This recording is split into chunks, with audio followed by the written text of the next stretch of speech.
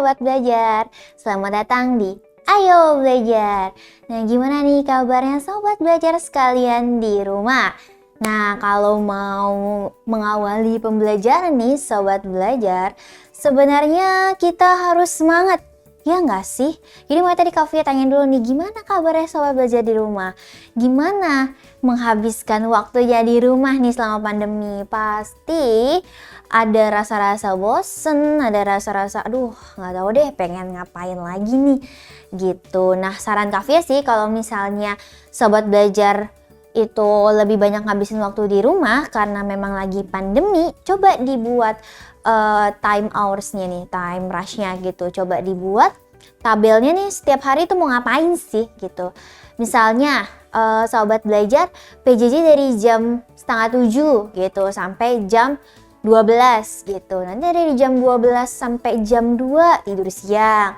Nanti dari jam 2 sampai jam 4 beres-beres rumah atau beres-beres kamar gitu. Terus nanti dari jam 4 sampai jam 6 gitu misalnya bikin crafting. Nanti baru malamnya dari jam 6 sampai jam 8 mungkin atau sampai selesai itu Sobat Belajar mengerjakan tugas buat besok. Jadi setiap waktunya ini tuh dia terisi dengan kegiatan yang sangat produktif gitu. Jadi istilahnya kita nggak menyia-nyiakan waktu, kita nggak wasting time for nothing gitu. Jadi rasanya walaupun di rumah tapi tetap banyak aktivitas gitu. Oke, Sobat Belajar, dan sebenarnya ketika kita merencanakan untuk menghabiskan waktu dalam suatu hari, itu juga bisa banget untuk menambah semangat dan juga menambah fokus. Kenapa? Karena kan nggak banyak waktu yang dibuang sia-sia nih. Berarti kan otak Sobat Belajar terus digunakan untuk berpikir, ya kan? Nah, makanya karena kegiatan yang sudah dilakukan itu sangat produktif, berarti Sobat Belajar bisa fokus gitu. Jadi otaknya bisa terus fokus, gelombangnya bisa terus fokus dan bisa menyerap pembelajaran dengan baik. Oke, Sobat Belajar, karena Adik Kak Fia udah kasih tips, berarti sekarang Sobat Belajar sudah semangat dong. Karena sudah semangat, kita mulai pembelajaran kali ini. Oke. Nah, kalau Kak Fia sudah muncul di kamera, berarti Sobat Belajar udah tahu belum mau belajar apa? Ingat, kalau Kak Fia udah muncul, berarti kita mau belajar tentang makhluk hidup. Dengan prinsipnya apa? Tak kenal maka tak sayang. Jadi kenalin aja dulu nih pembelajarannya. Kenalin apa sih sebenarnya yang mau kita pelajarin. Nah, baru nanti kita lihat kira-kira pembelajaran ini berguna atau enggak ya. Yang pastinya sih kalau biologi kebanyakan berguna dong. Nah, makanya coba kali ini Kak Fia mau ngajak Sobat Belajar untuk lebih membicarakan tentang tubuh Sobat Belajar lagi. Coba lebih diperhatikan lagi kesehatannya.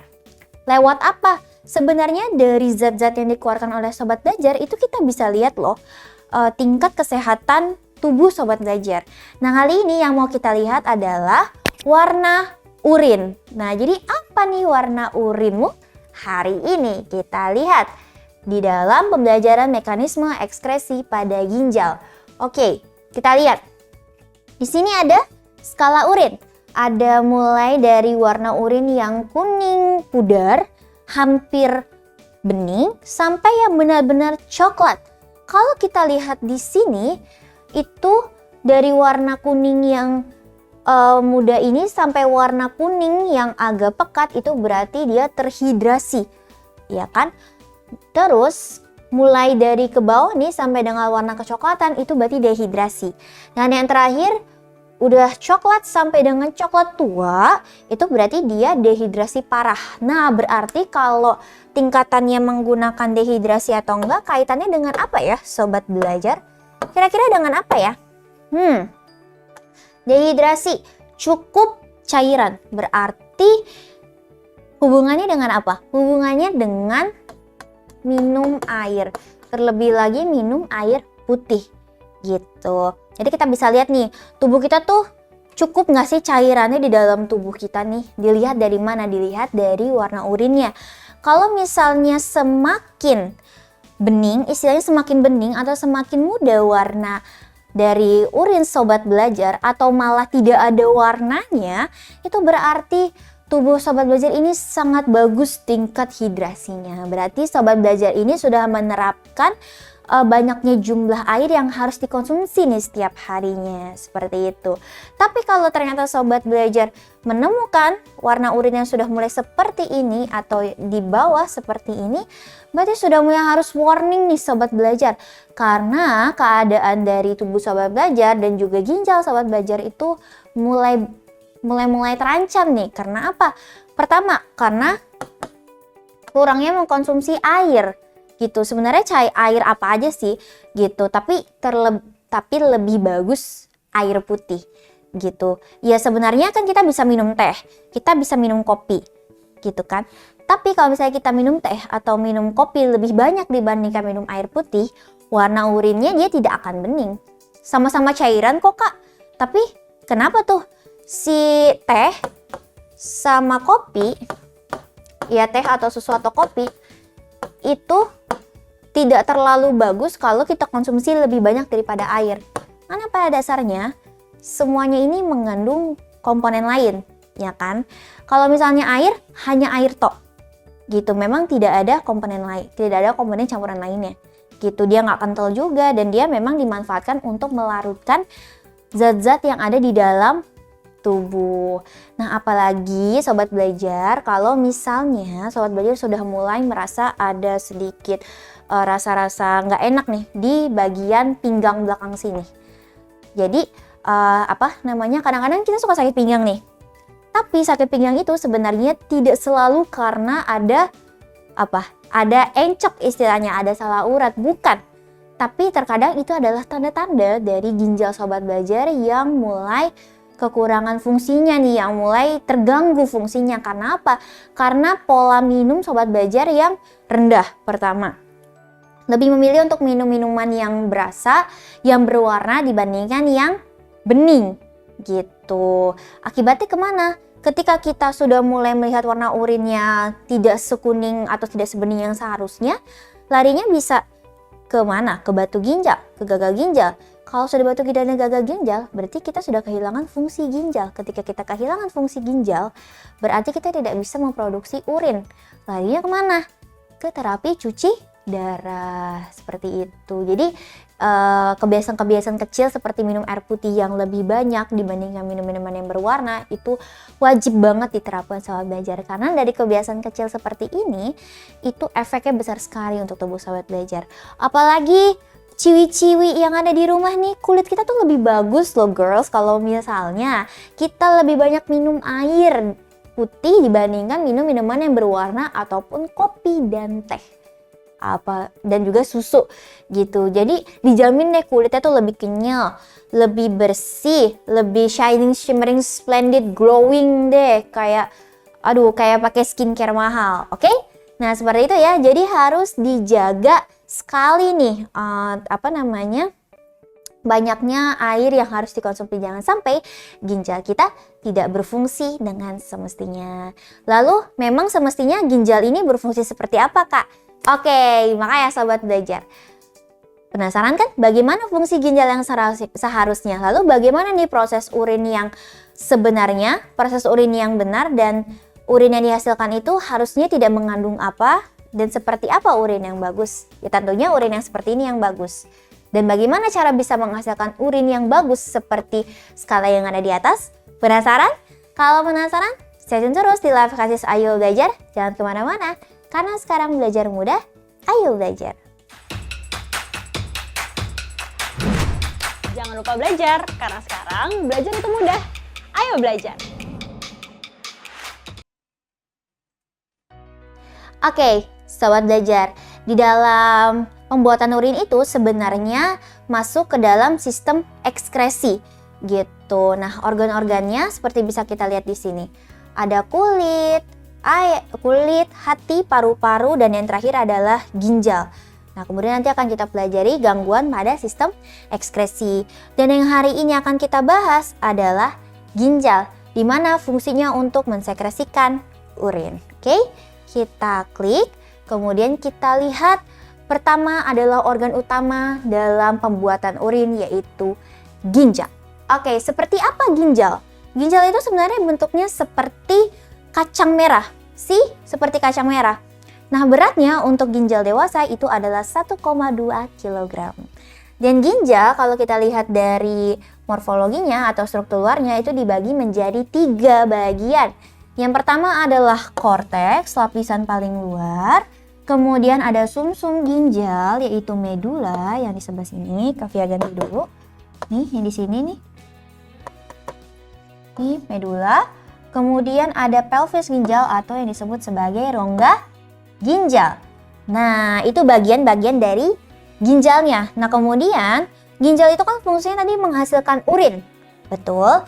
Nah, urin ini sebenarnya dia berasal dari mana? Dari darah. Berarti dia harus mendapatkan darah dong.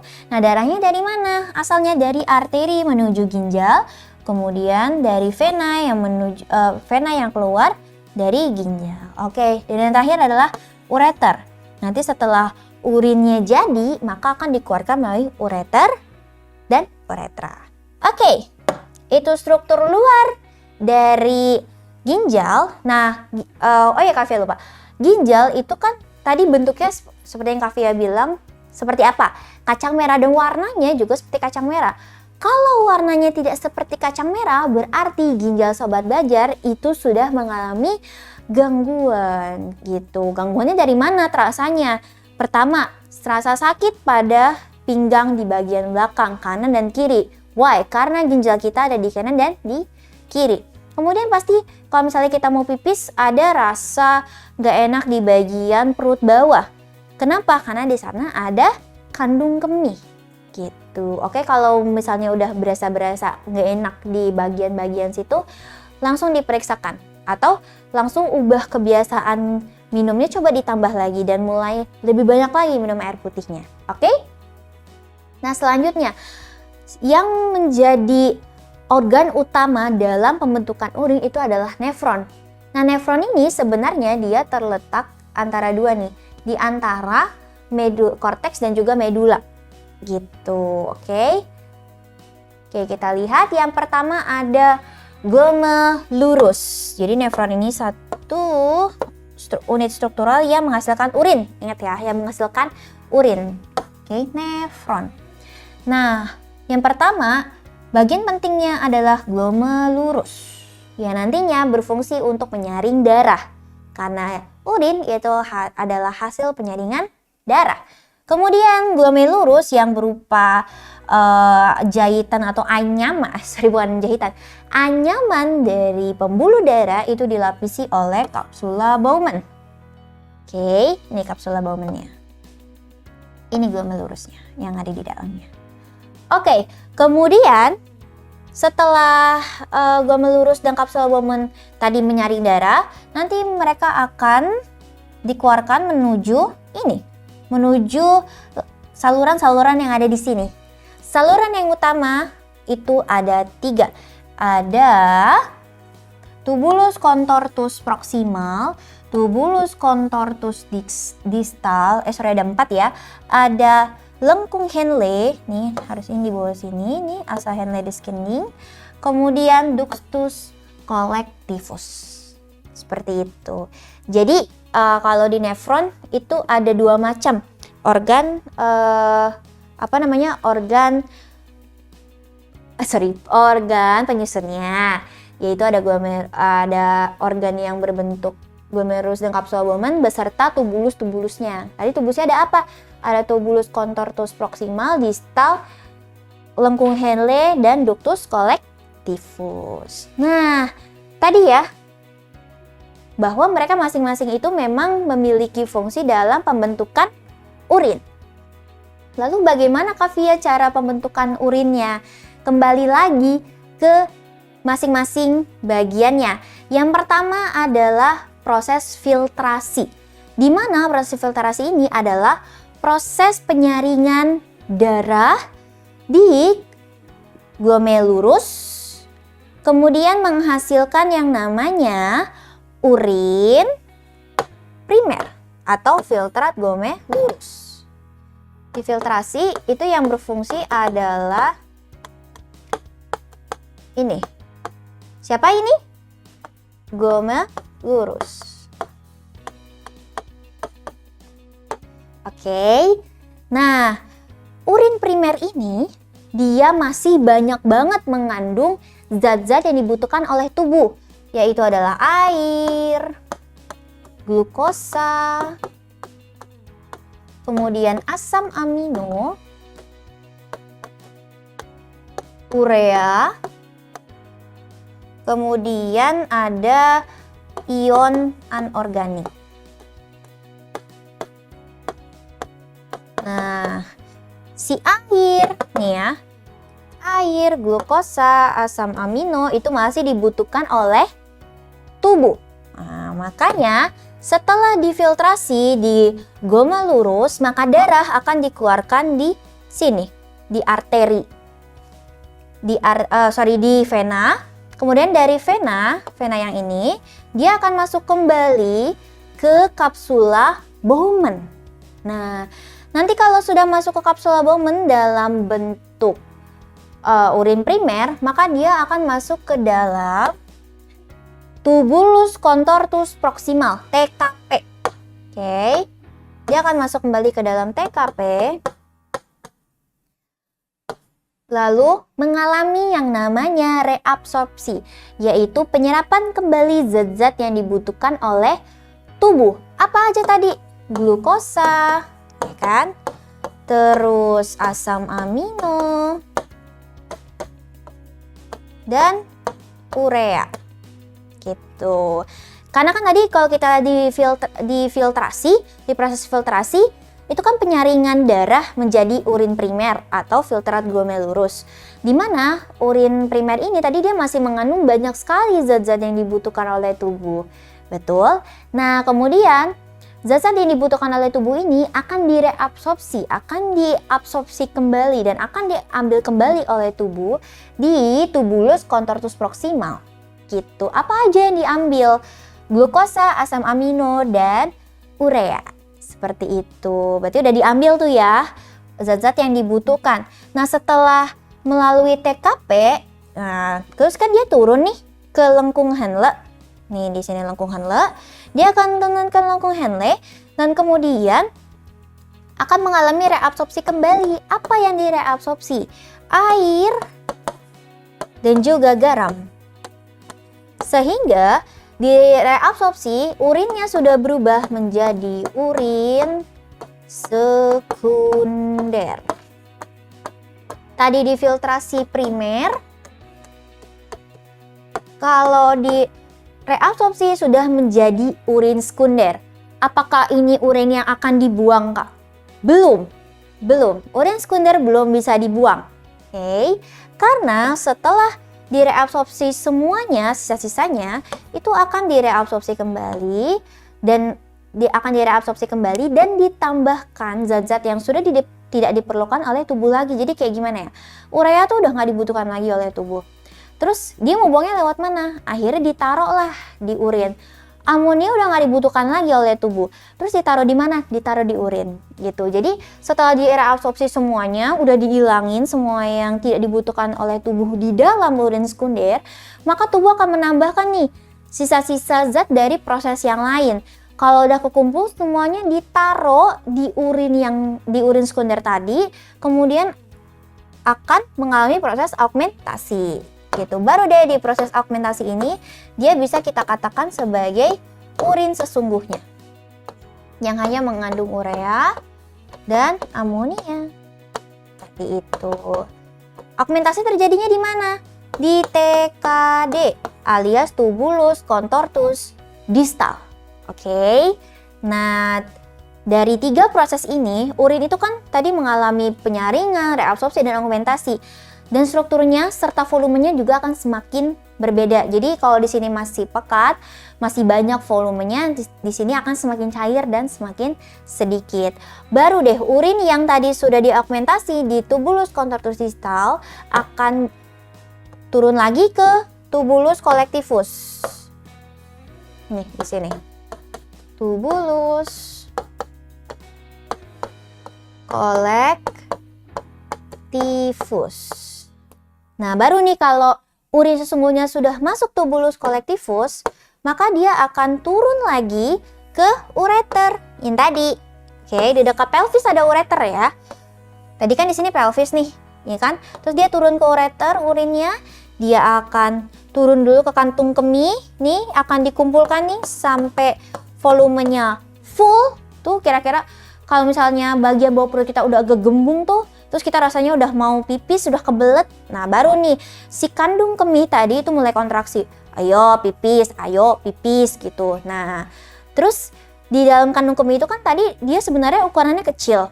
Terus ketika ada urin masuk kan dia akumulasi dulu ya. Tadi kan Kafe udah bilang ya bahwa nanti urin itu akan dikumpulkan. Gimana caranya? Kandung kemih tadi yang ukurannya kecil itu dia bisa membesar gitu karena dia terdiri dari jaringan epitel transisi. Awalnya dia adalah epitel kubus ketika masih belum ada urinnya. Tapi ketika sudah ada urinnya, maka kan urin itu akan menekan dong, karena kan dia butuh space, ya kan dia butuh ruang. Terus menekan dan akhirnya jaringan kubus ini dia akan tertekan dan akan menjadi epitel pipi. Makanya dia disebut sebagai jaringan epitel transisi karena punya dua transisi bentuk dan itu adanya di kandung kemih. Nah setelah urinnya sudah penuh di sini, nah berarti udah kontraksi, udah nanti tinggal dikeluarkan lewat uretra. Seperti itu. Nah baru deh urin yang sesungguhnya dikeluarkan lewat uretra. Terus udah kita pipis. Nah nanti baru lihat tuh urinnya warna apa.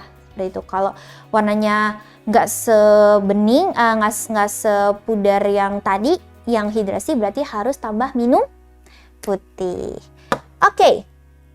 Nah di dalam pemproduksian atau produksi urin ini itu sebenarnya dipengaruhi oleh beberapa faktor. Yang pertama adalah zat diuretik atau zat-zat yang zat-zat yang dia menambah intensitas pengeluaran urin gitu. Karena kalau misalnya kita konsumsi kopi atau teh itu biasanya kan kita sering pipis gitu kan. Jadi itu adalah zat-zat diuretik. Kemudian suhu. Kalau misalnya sahabat belajar lagi panas, ini enggak, kalau misalnya kita lagi panasan nih, kira-kira kita banyak pipis nggak? Enggak kan, kita nggak banyak pipis kan. Tapi kalau misalnya dingin, kita banyak pipis, betul?